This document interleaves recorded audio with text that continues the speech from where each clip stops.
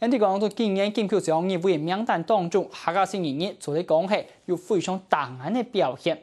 在傳統流行音樂當中，總共入圍嘅12隻獎項，包含動作變化有創新嘅考口圈樂團。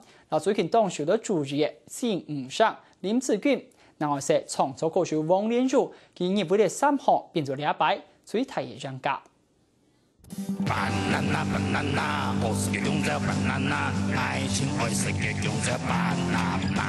充滿童趣嘅banana，多變嘅樂風改變一般人對客家音樂朴素嘅刻板印象，加入搖滾、民謠、藍調、拉丁樂調多種曲風元素，王連儒累積10年嘅能量，將所有嘅實力用到一種準確度。本人可能目足為見嘅表現，端正得到一個金曲獎評審嘅肯定。所以，哪一支节目是凭借啦？講實在吧，我做音樂做咁多年了，有20年了，是講一次做歷史講我做好音樂的那種堅持啊。我哋一種專輯做出來之後呢，我海普可能我會成想講，可能下一位配樂堂嘅是個音樂，因為畢竟還是在做音樂。不過呢，那個總獎俾到你客家歌帶到主流市場去。我會朝呢個方向去努力的。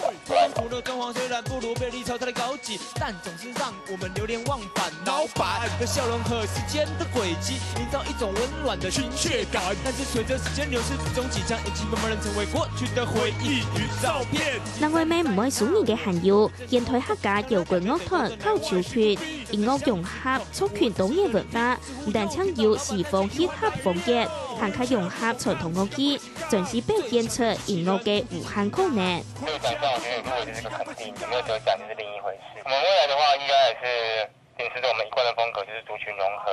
那這張專輯裡面其實有很多的台語，就是河洛語哈，跟客家話以及部分就是國語的東西合在一起哈。我們會把原住民的音樂也大量跟我們做結合。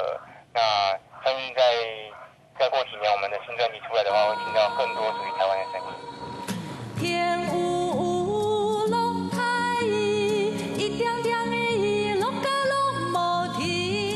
有動量的歌聲，充滿生命力的後生歌，是中歌手林子君，希望開創自家的音樂天地，創作幾下條行業好歌。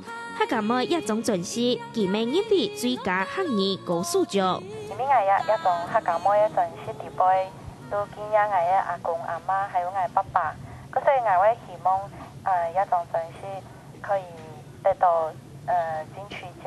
如果想去本如果我自家嘅阿公阿媽還有爸爸嘅年輕下，如果一個獎送給他們。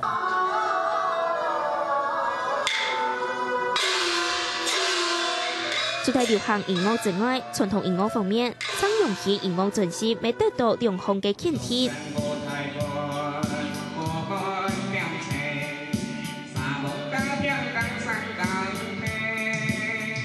玻璃娃娃連玉芝用音樂嘅方式記錄生活點滴，真實生命嘅表現，每一位評審團獎。面對台灣流行音樂安泰嘅衝擊，一度失望啲音樂界點點嘅付出嘅客家演員，當真第一擺金曲獎度得到行卡多嘅意向同肯定。